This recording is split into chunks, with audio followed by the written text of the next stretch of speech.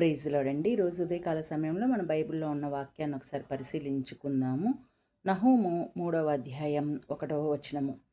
నరహత్య చేసిన పట్టణమా నీకు శ్రమ, అది ఎడతెగక ఎరపెట్టుకొనుచు మోసముతో బలాత్కారముతో నిండి ఉన్నది. సారథి యొక్క చబుకు ధ్వనియు, చక్రముల ధ్వనియు, గుర్రముల త్రొక్కుడు ధ్వనియు, వడిగా పరిగెత్తుతూ రథముల ధ్వనియు వినబడుచున్నవి. Praise the Lord. ఆమెన్. యొక్క వాక్యాన్ని కనుక మనం పరిశీలించుకుంటే, నరహత్య జరుగుతున్నటువంటి పట్టణము, ప్రాంతము ఏదైతే ఉందో దానికి శ్రమ అని బైబిల్ వాక్యం చాలా వివరణాత్మకంగా మనకి ఇక్కడ తెలియజేస్తుంది. కాబట్టి దేవుడు తెలియజేసినటువంటి ఆజ్ఞలలో ఒకటి ప్రధానమైన ఆజ్ఞగా నరహత్య చేయకూడదు.